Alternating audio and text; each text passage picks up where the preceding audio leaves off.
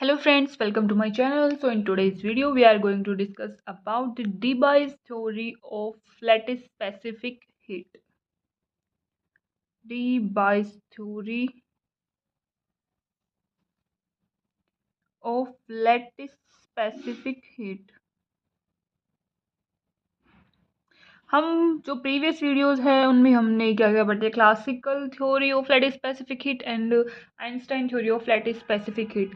तो कुछ ना कुछ तो कमी रह गई थी उन दोनों में, जिससे जो एक्सपेरिमेंटल जो रिजल्ट हमें मिले थे वो उनके साथ मैच नहीं हुए। तो जो इस थ्योरी में जो भी हमारी अजम्पशंस होगी उनसे जो रिजल्ट आएगा वो क्या होगा, कंप्लीटली जो एक्सपेरिमेंटली रिजल्ट था उससे मैच करेगा। सो अब अगर हम देखें कि इसकी अजम्पशंस क्या क्या थी, तो फर्स्ट क्या है कि इसमें जो सॉलिड है, सॉलिड के अंदर एटम्स होते हैं। तो ये डीबायस थ्योरी क्या बोलती है कि जो सॉलिड के अंदर एटम्स है वो कपल्ड हार्मोनिक ऑसिलेटर की तरह बिहेव करते हैं, वो इंडिपेंडेंट हार्मोनिक ऑसिलेटर की तरह बिहेव नहीं करते।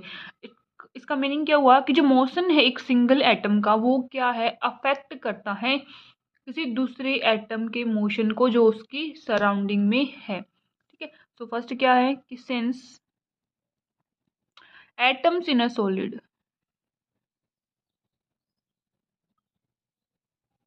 Are coupled oscillators, so they are not independent harmonic oscillators. The motion of a single atom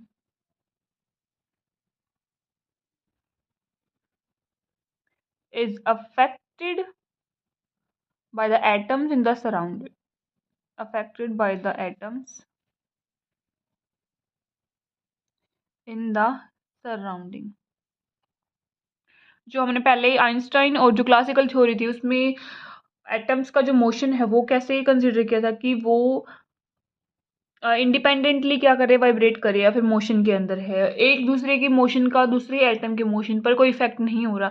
लेकिन डी बाई ने क्या कंसिडर किया कि जो एटम्स है सॉलिड के अंदर वो कैसे होते हैं, कपल्ड ऑसिलेटर हैं।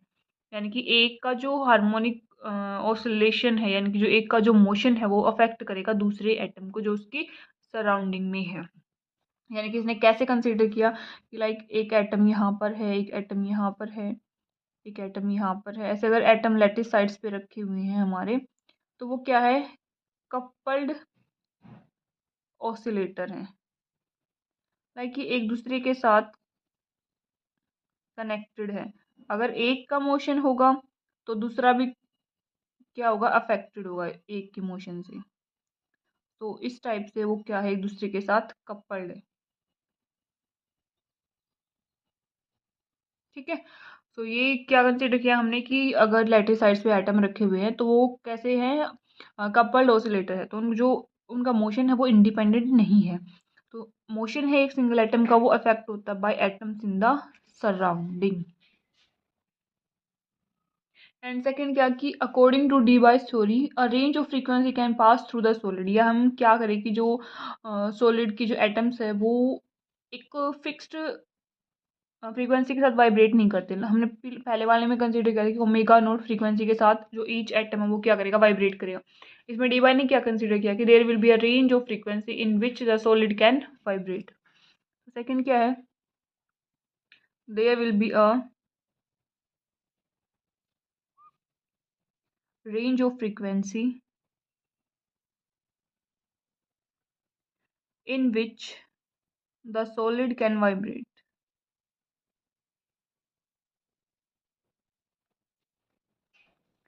यानी कि जो रेंज है, फ्रीक्वेंसी है उसकी क्या होगी, एक रेंज होगी, एक फिक्स्ड फ्रीक्वेंसी में वो वाइब्रेट नहीं करेगा। तो ओमेगा है वो किसके बीच में होगा, 0 और ओमेगा एम के। और ओमेगा एम क्या है यहाँ पे, हमारी मैक्सिमम फ्रीक्वेंसी, या फिर मैं इसको क्या बोल सकती हूँ, डी बाइज फ्रीक्वेंसी।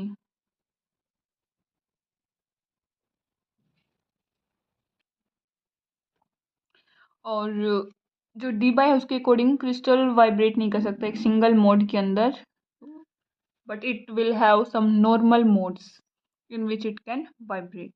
तो according to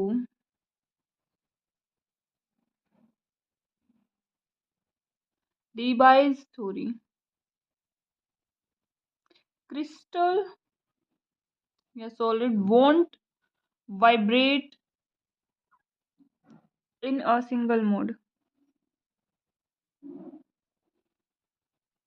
but it will have some normal modes in which it can vibrate.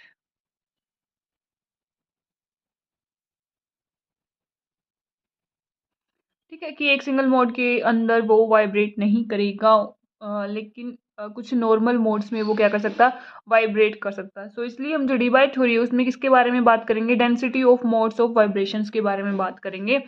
Hence in Debye theories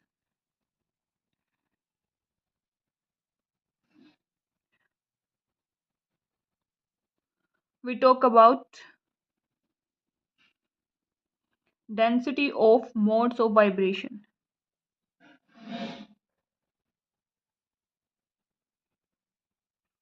ठीक है, तो density of mode of vibration को हम रिप्रेजेंट किससे करते हैं, डी के से। Density of mode of vibration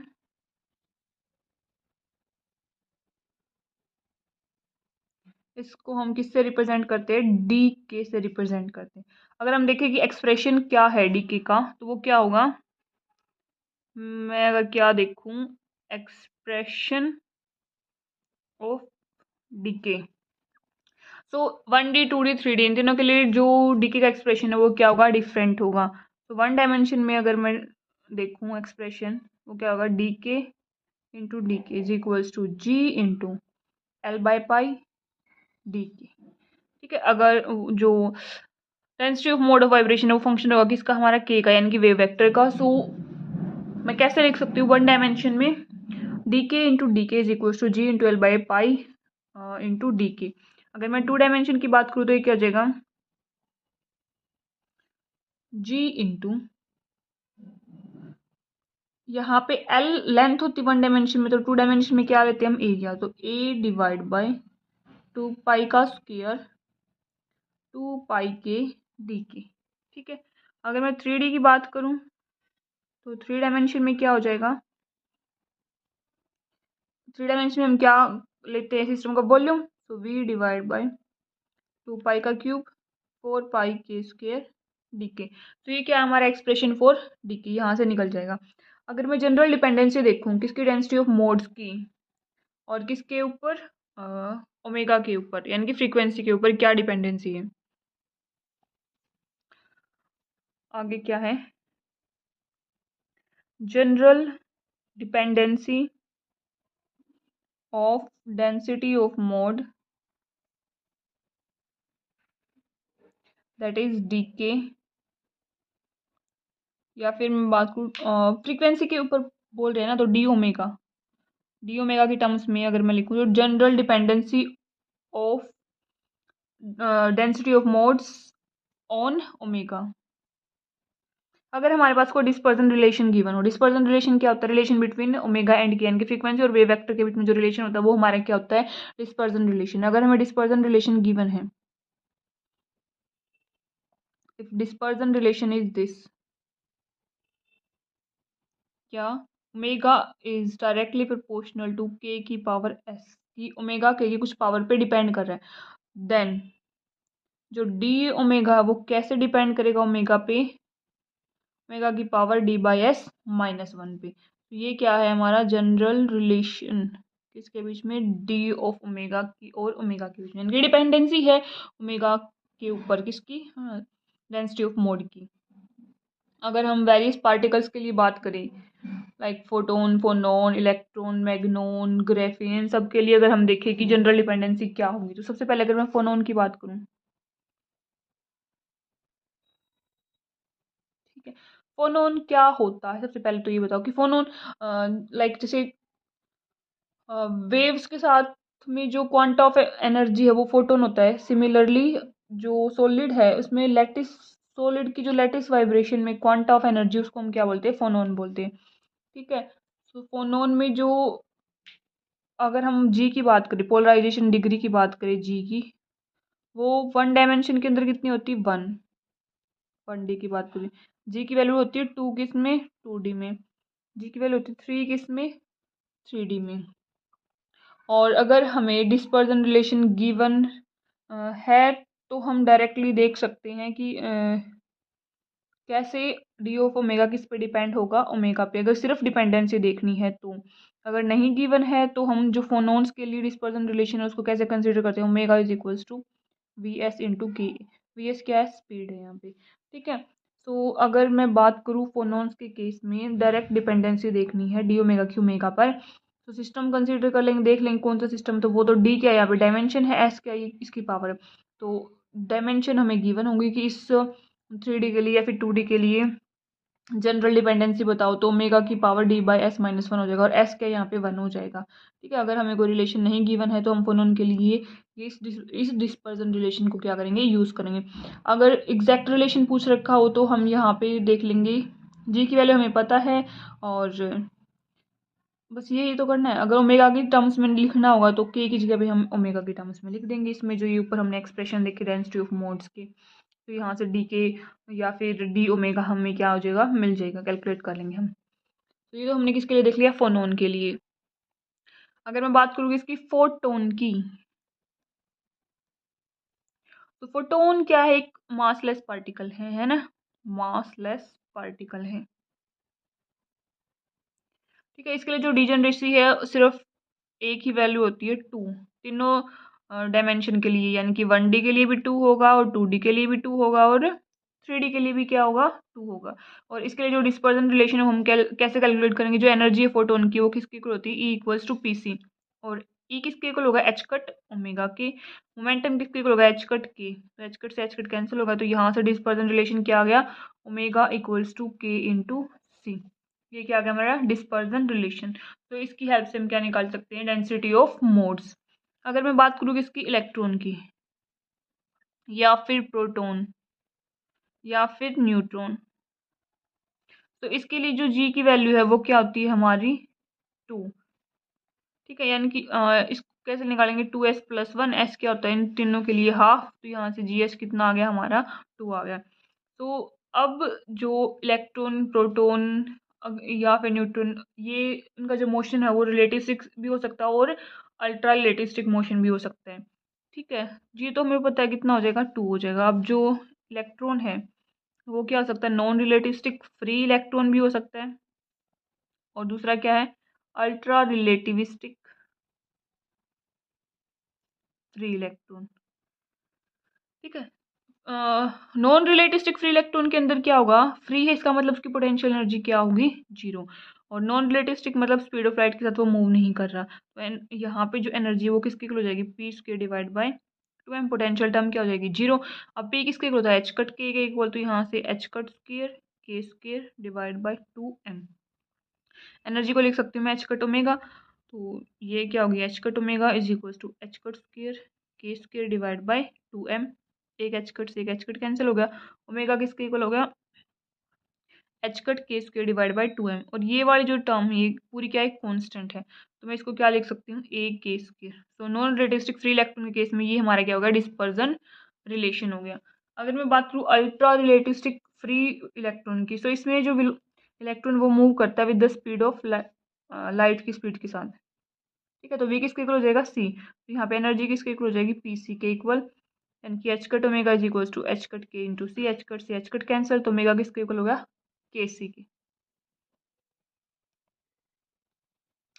एक होता है मैग्नोन, मैग्नोन क्या होता है हमारा, ये होता है क्वांटा ऑफ स्पिन वेव।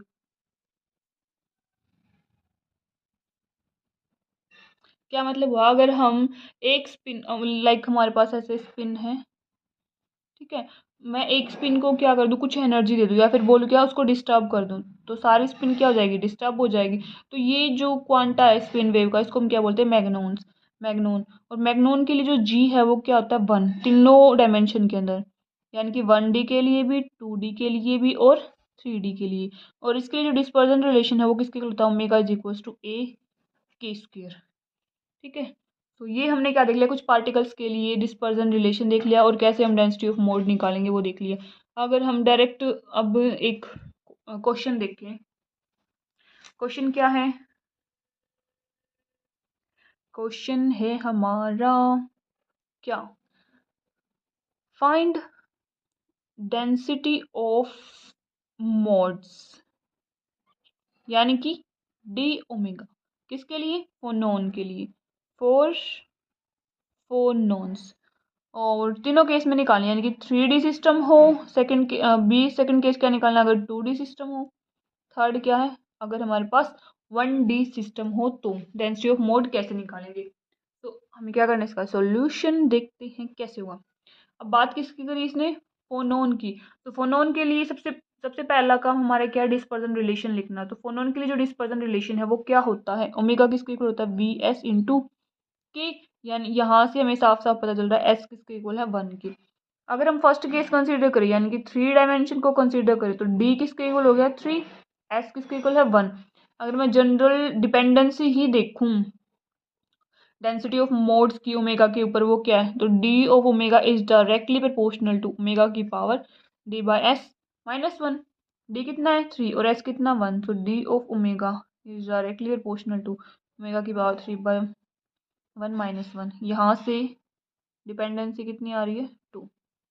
ठीक है, अगर एग्जैक्ट एक्सप्रेशन पूछ रखा हो तो वो कैसे कैलकुलेट करेंगे। हमने देखा था कि जो 3 डायमेंशन के अंदर डी के इंटू डी के किसके इक्वल था, जी इंटू वी डिवाइड बाई 2 पाई का क्यूब और 4 पाई के स्क्वेयर इंटू डी के। अब जो 3 डायमेंशन के अंदर जी की वैल्यू फोनोन की वो क्या होती है 3 होती है। ठीक है, और यहाँ से जो के है कि हमें डी ओमेगा चाहिए ना, तो के है, के किसके इक्वल हो जाएगा omega divide by V S. अब ये सारी टर्म्स अगर मैं इसके अंदर रखूं तो डी ऑफ ओमेगा किसके इक्वल आ जाएगा, अगर यहाँ से मैं कंपेयर करूँ तो डी के किसके इक्वल हो जाएगा, जी इंटू वी बाई 2 पाई का क्यूब 4 पाई के स्क्वायर के इक्वल हो जाएगा। और जी की जगह पे अगर मैं 3 रख दूँ और वी डिवाइड बाई 2 पाई का क्यूब 4 पाई के की जगह पे क्या रखना है ओमेगा बाय वी एस, तो ये क्या हो जाएगा ओमेगा का square divide by V S का स्क्वायर। तो यहाँ से भी जो डी ओमेगा यानी कि डेंसिटी ऑफ मोड है वो ओमेगा पे कैसे डिपेंड कर रहा है, इसकी पावर 2 पे डिपेंड कर रहा है। जो कई बार क्वेश्चन में 4-5 ऑप्शन दे रखी हो जिसमें क्या हो ओमेगा की कुछ डिफरेंट डिफरेंट पावर दे रखी हो और पूछ रखा हो डेंसिटी ऑफ मोड बताओ फोनोन के लिए क्या होगा, तो डायरेक्टली हम सिर्फ डिपेंडेंसी देख के ही ऑप्शन को चूज कर सकते हैं। और दूसरा अगर के को ई की फॉर्मेट में मतलब कि डी ऑफ ई पूछ रखा हो तो उसको भी हम कैसे कर सकते हैं, अगर डी ऑफ ई पूछ रखा हो तो ओमेगा किसके इक्वल है वी एस इंटू के एच कट, और ई में लेके आना तो एच कट से दोनों साइड मल्टीप्लाई कर देंगे, तो एच कट ओमेगा किसके इक्वल होगा वी एस एच कट के।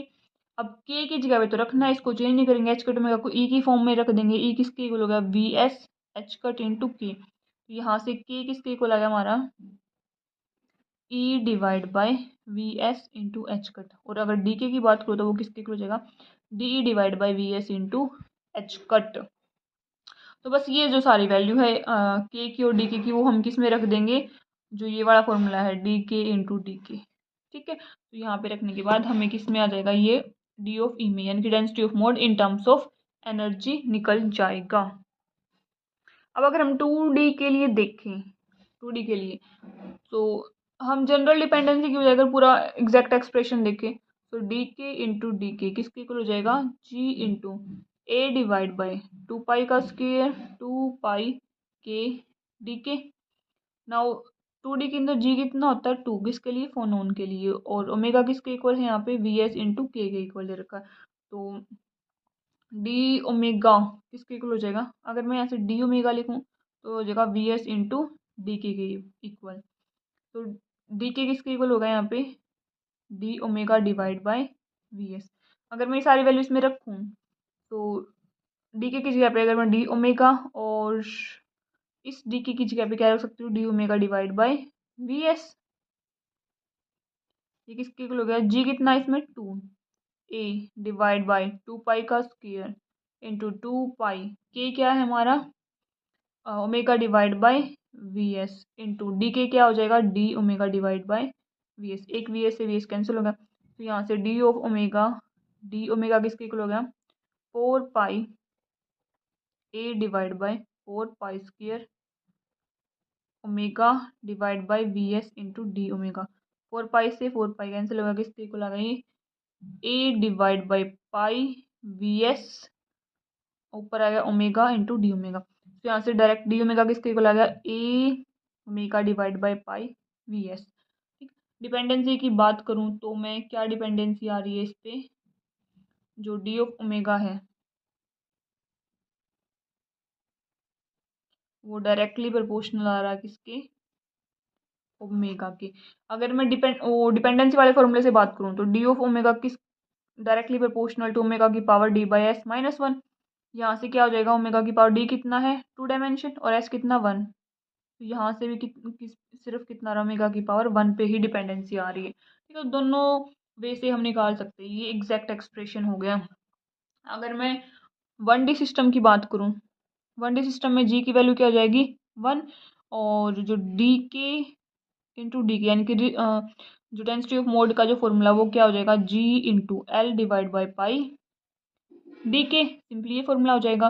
और ओमेगा किसके इक्वल दे रखा है, वी एस इंटू के, तो यहाँ से डी ओमेगा किसके इक्वल हो जाएगा, वी एस इंटू डी के। तो यहाँ से क्या आ गया, डी ओमेगा, डी के की जगह पे क्या आ गया, D omega divide by V S is equal to G कितना 1 एल डिवाइड बाई पाई, और यहाँ पे कहीं पे भी के वगैरह की डिपेंडेंसी तो है ही नहीं, तो सीधा क्या हो गया, D omega divide by V S से वी एस कैंसिल हो गया। तो डी ऑफ ओमेगा की वैल्यू क्या आ गई हमारी, एल डिवाइड बाई पाई। तो ओमेगा की पावर, ओमेगा पे तो डिपेंड ही नहीं कर रहा, तो डी ऑफ ओमेगा क्या हो गया, डायरेक्टली प्रोपोर्शनल टू ओमेगा की पावर 0। अगर मैं जनरल डिपेंडेंसी वाले फॉर्मूले से निकालूं तो डी ऑफ ओमेगा क्या था, डायरेक्टली प्रोपोर्शनल टू ओमेगा की power D by S minus one. D कितना है 1 और एस भी कितना है 1, तो ओमेगा की पावर 1/1 माइनस वन, यहाँ से क्या गया ओमेगा की पावर 0। ठीक है, अब अगर हमें निकालना है कट ऑफ वेव वेक्टर तो वो कैसे निकालेंगे, ये टॉपिक है नेक्स्ट, क्या कट ऑफ वेव वेक्टर, इसको हम रिप्रेजेंट करते हैं के डी से। ठीक है, तो ये डायरेक्ट फॉर्मूला याद रखना पड़ेगा आपको, 1D के लिए क्या होगा, k d is equals to 2n pi divide by L, this is for 1 dimensional. अगर मैं 2D के लिए बात करूँ तो वो क्या हो जाएगा, K D equals to 4n pi divide by A, इसकी पावर 1/2। ये क्या है 2 डायमेंशनल के लिए। अगर मैं बात करूँ 3D की तो इसमें के डी किसके इक्वल है, 6n pi square divide by v, इसकी पावर 1/3। ये है 3 डायमेंशन के लिए कट ऑफ वेव वेक्टर, ये डायरेक्ट याद करना पड़ेगा।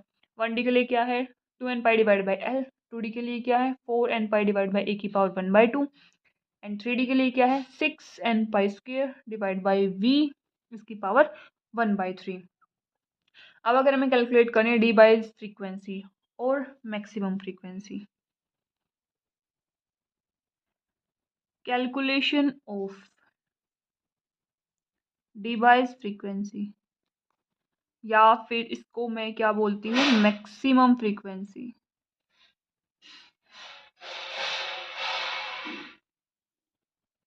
रिप्रेजेंट किससे करते थे हम उसको, इसको हम रिप्रेजेंट करते हैं ओमेगा एम या फिर ओमेगा डी से। ठीक है, तो क्वेश्चन में क्या होगा, हमें कोई एक डिस्पर्जन रिलेशन गिवन होगा और हमसे क्या पूछा होगा, ओमेगा एम या ओमेगा डी पूछा होगा।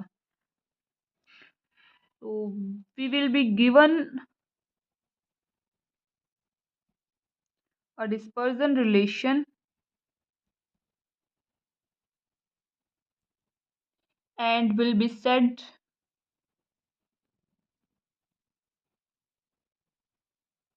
to find ओमेगा एम या फिर ओमेगा डी डिवाइस फ्रीक्वेंसी। ठीक है, तो करना क्या होगा, हमें इसका सोल्यूशन हम कैसे निकालेंगे, करना क्या है, तो जो डिस्पर्जन रिलेशन है उसमें हमें ओमेगा को ओमेगा डी से रिप्रेजेंट करना, रिप्लेस करना है, और के को के डी से रिप्लेस करना है। फिर उसके बाद जो हमने के डी के ऊपर फॉर्मूला लिखे थे डायमेंशन के अकॉर्डिंग हम उसको उसकी वैल्यू रख देंगे। क्या है फर्स्ट स्टेप क्या है, in dispersion relation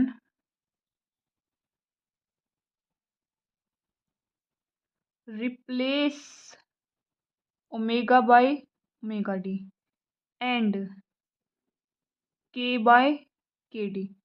फिर क्या करना है, अकॉर्डिंग टू जो डायमेंशन के अकॉर्डिंग हमें क्या करना है, kd की वैल्यू रखनी है and right kd according to the dimension mentioned in the question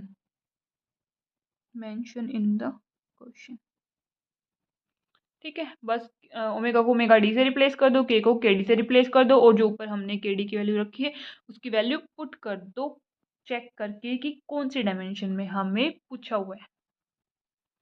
अगर हम एक क्वेश्चन देखें, क्वेश्चन क्या है, find omega D for 3D case, 3D case के अंदर, और हमें डिस्पर्जन रिलेशन क्या दे रखा हो, omega is equals to v into के।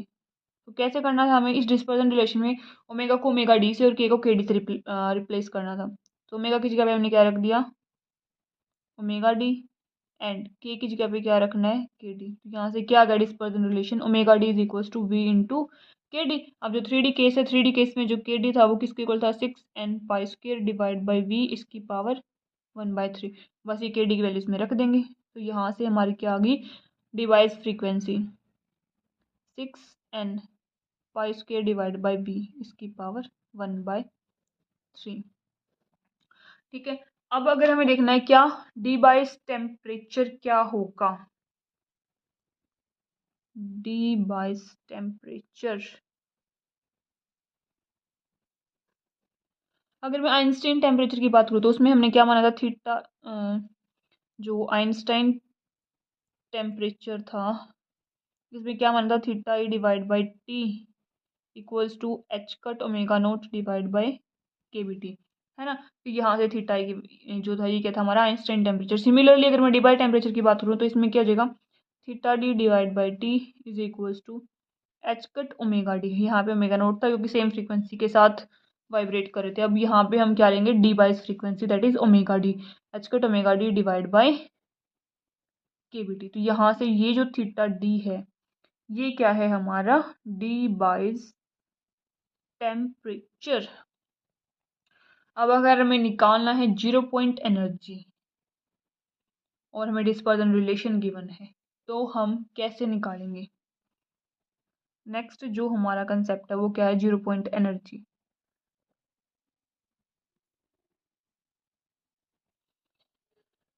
रिप्रेजेंट करते हैं उसको E0 से। ठीक है। तो अगर हम 1D की बात करें, सबसे पहले अगर हम देखें डिस्पर्जन रिलेशन हमें क्या होगा, गिवन होगा। इसमें जो डिस्पर्जन रिलेशन है वो क्या होगा, हमें गिवन होगा। तो अगर 1D की बात करें, 1D में जो ई नोट है यानी कि 0 पॉइंट एनर्जी वो किसके इक्वल हो जाएगा, N into half h cut omega bar. Omega bar क्या हमारी एवरेज एनर्जी। 2D में E0 किसके इक्वल हो जाएगा, N into 2/2 h cut omega bar. 3D में E0 किसके इक्वल हो जाएगा, N into 3/2 h cut omega bar यानी कि एवरेज एनर्जी। अब ये ओमेगा बार या फिर हम इसको एवरेज एनर्जी बोले, ये निकालते कैसे हैं, इसका क्या फॉर्मूला है, ओमेगा बार किसके इक्वल हो जाएगा, इंटीग्रेशन 0 से ओमेगा डी यानी कि डी बाइस frequency omega into D omega. अब इंटीग्रेशन किसके रिस्पेक्ट में कर रहे हैं हम, डी ओमेगा की, डिवाइड बाय इंटीग्रेशन फ्रॉम 0 से omega D, D omega D omega. इस फॉर्मूले की हेल्प से हम क्या निकाल सकते हैं, ओमेगा बार। ओमेगा बार क्या हमारी एवरेज एनर्जी। अगर हम क्वेश्चन की हेल्प से करें इस कंसेप्ट को यानी कि 0 पॉइंट एनर्जी को, तो क्वेश्चन देखते हैं हम एक, इफ dispersion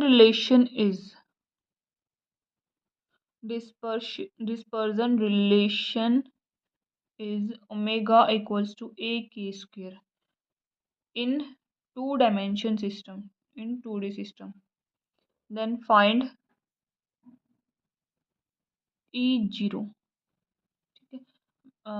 अब ये कौन सा केस है, 2D का केस है, तो E0 किसके इक्वल हो जाएगा, अगर हम इसका सोल्यूशन देखें तो E0 किसके इक्वल हो जाएगा, n into 2/2 h cut omega bar, यानी कि n एच कट ओमेगा बार। अब हमारा काम क्या है, ओमेगा बार को निकालना।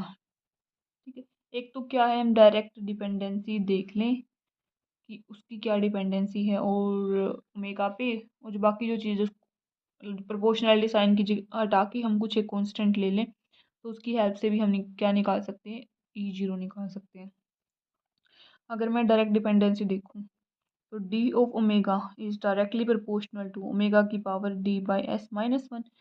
तो यहाँ से क्या लिख सकती हूँ, ओमेगा की पावर कितनी हो जाएगी, डायमेंशन कितनी है 2, और एस की वैल्यू भी क्या है इसमें, ओमेगा इक्वल्स टू ए के स्क्वायर, तो एस कितना है 2, 2/2 - 1, ओमेगा की पावर कितनी आ गई 0। तो मैं क्या लिख सकती हूँ, डी ऑफ ओमेगा क्या है, कुछ कांस्टेंट, अगर मैं इसको बी मान लूँ, बी क्या है यहाँ पे कांस्टेंट। ठीक है, तो E0 किसका इक्वल हो जाएगा हमारा, E0 निकालना है ना, सॉरी, सबसे पहले ओमेगा बार निकालेंगे, तो ओमेगा बार किसका इक्वल हो जाएगा हमारा, इंटीग्रेशन फ्रॉम 0 से omega D, omega into D omega divide by integration from 0 से omega D omega D omega. तो डी ओमेगा वो तुम्हारा क्या है, कांस्टेंट, तो यहाँ से ओमेगा बार किसके इक्वल होगा, 0 से omega D, omega into B D omega divide by integration 0 से omega B D omega. B तो क्या कांस्टेंट बार आ जाएगा, ओमेगा का इंटीग्रेशन क्या हो गया, ओमेगा स्क्वायर डिवाइड बाय 2, तो B omega square divide by 2, 0 से ओमेगा डी, नीचे क्या हो गया, बी बार आ गया, इंटीग्रेशन कितना आ गया, ओमेगा 0 से ओमेगा डी। जब हम इसका वैल्यू पुट करके, फाइनल और इनिशियल लिमिट पुट करके ओमेगा बार देखते, तो हमारा क्या आ रहा है, ओमेगा बार बी से तो बी कैंसिल हो गया, और लिमिट पुट करने के बाद जो ओमेगा बार वो किसके इक्वल आ रहा है, ओमेगा डी डिवाइड बाय 2 के। तो एनर्जी यहाँ से क्या हो जाएगी, 0 point energy E0 N h cut omega bar था, तो N h cut omega D divide by 2, ये क्या होगी हमारी 0 पॉइंट एनर्जी होगी। अगर मैं इसको थीटा डी की टर्म्स में लिखना है तो के बी से मल्टीप्लाई करके, यानी कि के बी से मल्टीप्लाई कर दिया, के बी से डिवाइड कर दिया, ये H cut omega D divide bye K B, ये किसके इक्वल होगा हमारा, थीटा डी के इक्वल। तो इसको मैं ऐसे भी लिख सकती हूँ, एन के B theta D divide by 2। ठीक है, तो ये हमने क्या देख लिया कि हम 0 पॉइंट एनर्जी को कैसे निकालेंगे अगर हमें डिस्पर्जन रिलेशन गिवन है तो। नाउ अगर हम डिपेंडेंसी देखें, इंटरनल एनर्जी और स्पेसिफिक हीट की टेम्परेचर पे क्या है, क्योंकि मेन तो यही था ना निकालना, dependency of internal energy and specific heat, किसके ऊपर, टेम्परेचर पे क्या डिपेंडेंसी है, और वो भी लो टेम्परेचर पे, तो वो क्या होगी, ये याद रखना है, जो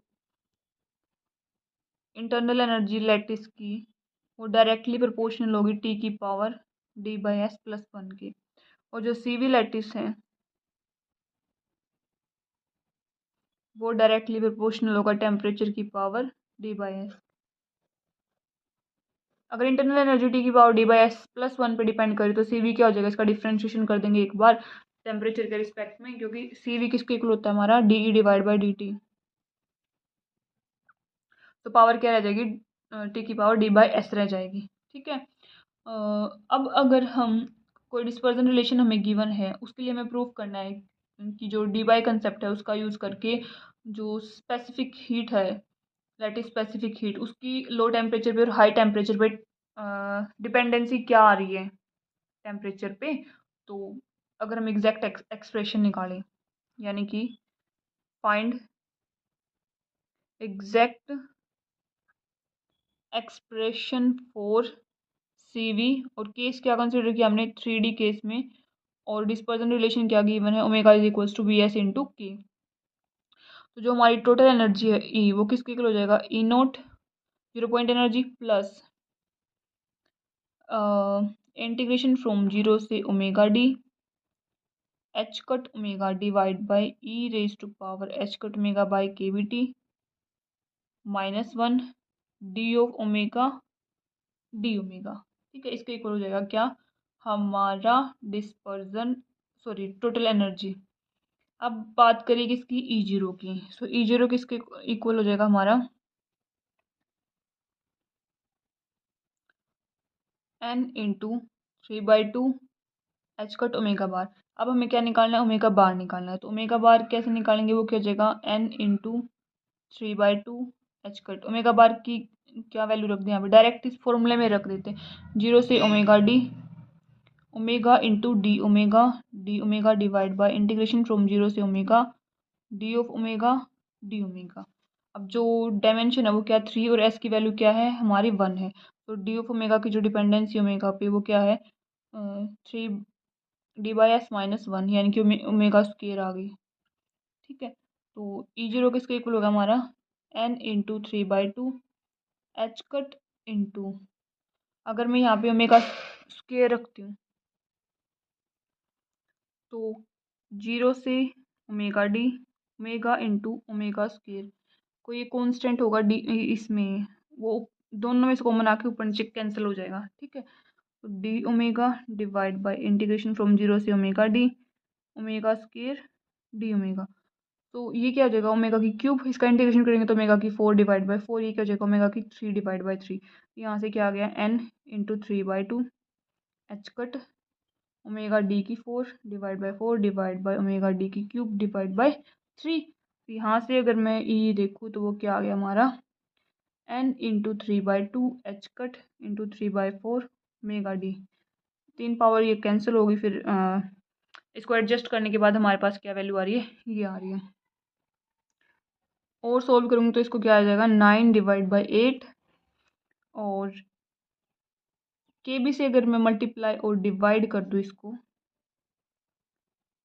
के बी से मल्टीप्लाई और डिवाइड करने के बाद मेरा क्या आ रहा है, एन ए इंटू के बी को तो मैं क्या लिख सकती हूँ, आर, एन इंटू के बी, ये तो क्या हो गया आर, और एच का तो ओमेगा डी डिवाइड बाई के बी क्या हो गया हमारा, थीटा, थीटा डी। ठीक है, तो ये क्या आ गया हमारा एक्सप्रेशन 0 पॉइंट एनर्जी के लिए, कितना हो गया, 9/8 आर थीटा डी। ठीक है, और अगर के बी की टर्म्स में था तो वो क्या था, और के बी के टर्म्स में क्या, 0 point energy E zero is equals to 9/8, R की जगह पे क्या लिख सकती हूँ, एन के बी थीटा डी। ठीक है, तो एग्जैक्ट एक्सप्रेशन था ई, उसमें हमने फर्स्ट टर्म है ई जीरो यानी कि 0 पॉइंट एनर्जी वो तो निकाल लिया। अब इस इंटीग्रेशन को सॉल्व करने की बारी है। सो ई किसके इक्वल आ गया हमारा, 9/8 एन के B into theta D plus integration from 0 से omega D H cut omega divide by E raise to power H cut omega by K B T -1 D of omega D omega. ठीक है, अब इस D omega into D omega किसके equal आएगा, पहले ये चीज़ देख लेते हैं हम। D omega into D omega जो हमने ये 3D के अंदर है ना ये केस, तो जो फॉर्मूला था डायरेक्ट डी के या डी के उसके वहाँ से हम देख सकते हैं कि D omega into D omega किसके इक्वल आएगा, 3v डिवाइड बाई 2 पाई का क्यूब 4 पाई के स्क्वेयर डी के। पहले इसको ओमेगा के टर्म्स में लिखना पड़ेगा ना, तो के की जगह पे मैं क्या लिख दूंगी, के की जगह पे लिख दूंगी omega divide by V S, dispersion relation, क्योंकि ओमेगा किसके इक्वल दे रखा हमें, वी एस इंटू के। तो के की जगह पे क्या आ जाएगा, omega divide by V S आ जाएगा यहाँ से। तो यहाँ से डिस्पर्जन रिलेशन कितना आ गया, 3v डिवाइड बाई 2 पाई का cube 4 pi omega divide by V S का स्क्वेयर डी ओमेगा। ठीक है, अब क्या करना है, इसकी वैल्यू रखनी है किसके अंदर, जो वो एनर्जी का फॉर्मूला था उसके अंदर। जब हम ये सारी वैल्यू पुट कर देंगे डी ओमेगा की और इस एक्सप्रेशन में, तो हमारे पास जो फाइनल एक्सप्रेशन है ई का वो किसके इक्वल आ जाएगा, 9/8 N k theta D plus 9 n h cut divide by omega D का क्यूब इंटीग्रेशन फ्रॉम 0 से omega cube D omega divide by E raise to power H cut omega by के T -1। ठीक है, अब हमें निकालना क्या है, लेट स्पेसिफिक हीट, तो वो क्या हो जाएगा C V D E divide by D T, यानी कि इसका हमें क्या करना पड़ेगा अब, differentiation with respect to temperature. तो डिफ्रेंशिएशन करने इसमें अगर हम देखें डिपेंडेंसी सिर्फ कौन सी टर्म की टेम्परेचर पे, इस टर्म की डिपेंडेंसी है, तो इसका डिफ्रेंशिएशन होगा। तो देखते हैं कि क्या आएगा डिफ्रेंशिएशन करने के बाद। तो जो एनर्जी की टर्म्स वैल्यू थी उसको मैं एक बार यहाँ पे लिख लेती हूँ। वो क्या आई थी 9/8 N k theta D plus 9 n h cut divide by omega D का क्यूब इंटीग्रेशन फ्रॉम 0 से omega D omega cube D omega divide by E raise to power H cut omega by के T -1। ठीक है, सो सी we किसके equal हो जाएगा D E by D T. ये किसके इक्वल हो जाएगा, ये वाली टर्म तो कांस्टेंट है, 0 हो जाएगी, तो सिर्फ इसका होगा differentiation 9 n h cut divide by omega D का क्यूब इंटीग्रेशन फ्रॉम 0 से ओमेगा डी। ये एक पूरा फंक्शन है, इसकी क्या हो जाएगी पावर आगे -1 हो जाएगी, ऊपर जाके पावर, और एक पावर कम करेंगे तो पावर क्या होगी -2। तो नीचे आके ई की power H cut omega by के टी -1 इसका स्क्वायर हो गया। और फिर इस जो फंक्शन है इसका डिफ्रेंशिएशन करेंगे, ये क्या हो जाएगा ई की power H cut omega divide by के टी, मतलब अगर एक्सपोनेंशियल का क्या करेंगे हम डिफ्रेंशिएशन, और फिर इसकी जो पावर है उसका हो जाएगा H cut omega divide by के T, sorry H cut omega by K into -1 divide by T square. ठीक है, सो ये कुछ इस टाइप का क्या आ गया हमारा सी वी आ गया। अब मैं अगर H cut omega divide by के टी को क्या मान लूँ, एक्स मान लूँ, तो यहाँ से ओमेगा किसके इक्वल आ गया K T divide by H cut into X, K T divide by H cut into X. ठीक है, तो डी ओमेगा किसके इक्वल आ गया, K T by H cut into D X के इक्वल आ गया। ठीक है, अगर हम जब हमारा ओमेगा किसके इक्वल था, ओमेगा डी के इक्वल था, तो यहाँ से एक्स किसके इक्वल आ गया हमारा, एक्स आ गया H cut omega D divide by के टी, जब ओमेगा कितना था 0। ये लिमिट्स अगर मैं चेंज कर रही हूँ ना इसको एक्स की फॉर्म में, वेरिएबल की फॉर्म में, एक्स वेरिएबल की फॉर्म में, तो ये जो लिमिट है इनकी वैल्यू भी क्या होगी हमारी चेंज होगी। जब ओमेगा कितना था 0 था, तो एक्स भी क्या आ गया हमारा 0 आ गया। तो अगर मैं अब देखूँ, और ये H cut omega D divide by के टी किसके इक्वल था हमारा, theta D divide by T के इक्वल था। तो अगर मैं देखूँ तो एक्सप्रेशन सी वी का किस फॉर्म में चेंज हो गया हमारा, 9 n h cut divide by omega D का क्यूब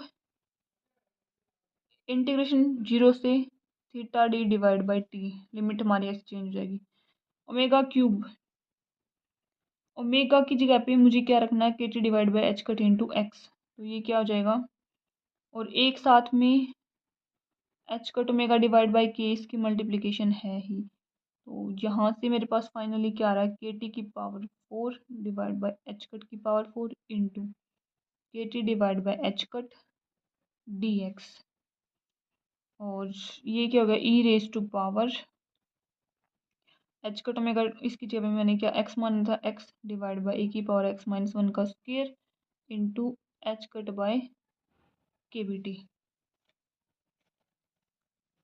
तो एक स्क्वायर भी है। देखो क्या हो गया, इस माइनस और माइनस ये तो हो गया प्लस, एक ओमेगा ये है और ओमेगा क्यूब ये है, यहाँ से टोटल ओमेगा की पावर कितनी आ गई 4। ओमेगा किसके इक्वल था, के T divide by H cut, तो यहाँ से के T divide by H cut की पावर 4 हो गया।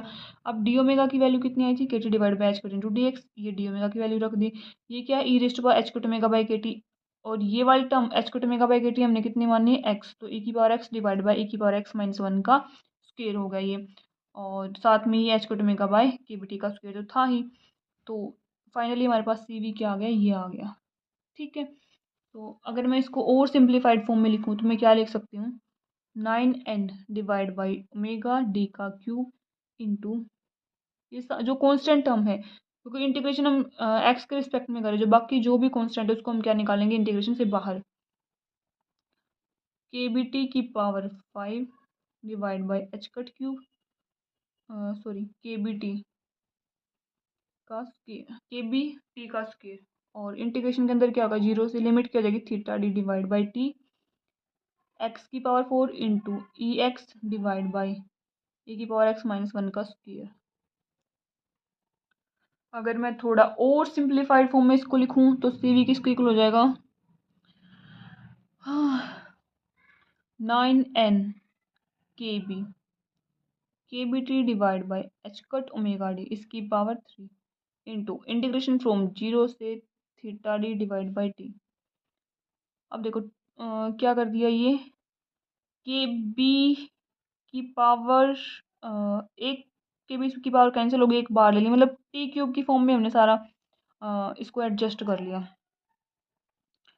तो आगे क्या आ गई ये इंटीग्रे 0 से theta D divide by T into X की power 4 into E X divide by ई की पावर एक्स माइनस 1 का स्क्वायर इंटू डी एक्स।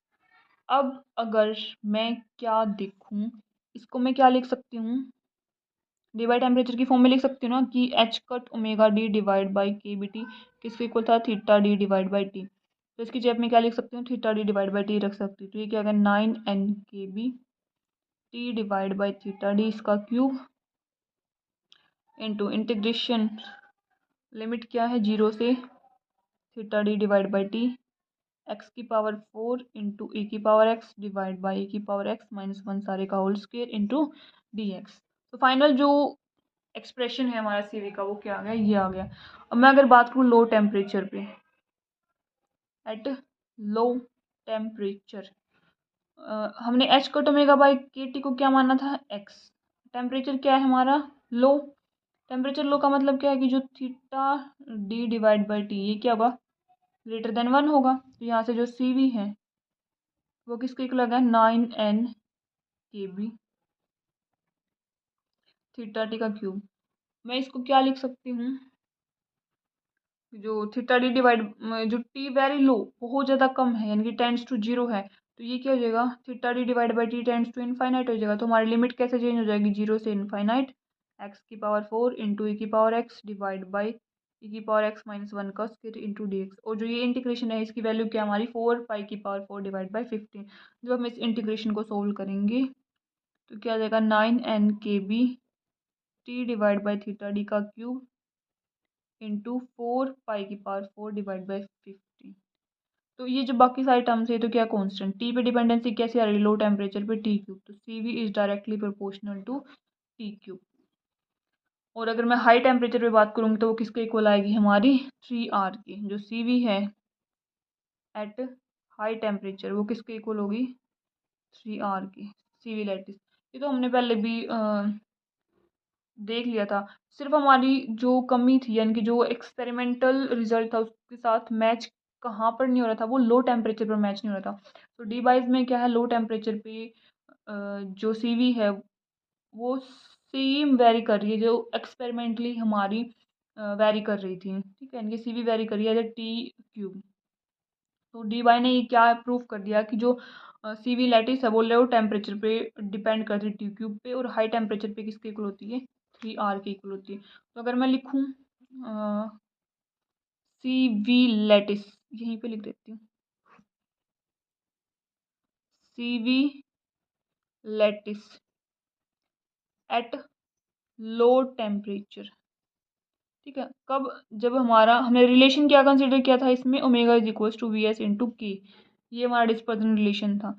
कैसे डिपेंड करेगी, C V is directly proportional to T cube जब डायमेंशन कैसी हो 3, C V directly proportional to T square जब कैसा सिस्टम हो हमारा 2 डायमेंशन में, C V is directly proportional to T जब हमारा सिस्टम कैसा हो 1 डायमेंशन। अगर मैं बात करूँ हाई टेम्परेचर पे, तो और डिस्पर्जन रिलेशन क्या है, omega is equal to V S into k. C we किसके इक्वल होगा, 3R के, कब 3D सिस्टम होगा। सी वी किसके इक्वल होगा, 2R के, कब, जब 2D सिस्टम होगा। सी वी किसके इक्वल होगा, R के, कब, जब 1 डायमेंशनल सिस्टम होगा। तो यहाँ तक जो डी बाइस थ्योरी थी किसकी, स्पेसिफिक लैटिस हीट की, वो कंप्लीट होती है। इसमें जो डी बाई है उसने जो स्पेसिफिक हीट का वेरिएशन है टेम्परेचर के साथ वो सेम रिजल्ट आया जैसा हमारा एक्सपेरिमेंटली था, ठीक है। कि जो सी वी है वो लो टेम्परेचर पे डायरेक्टली प्रोपोर्शनल होगा टी क्यूब की, और हाई टेम्परेचर पे किसके इक्वल होगा 3R के। तो आई होप आपको ये सारा जो theory of lattice specific heat था वो समझ आया होगा। और अगर समझ आया तो प्लीज़ इस वीडियो को लाइक कर देना और चैनल पे नए हो तो सब्सक्राइब कर देना। Thank you so much for watching this video.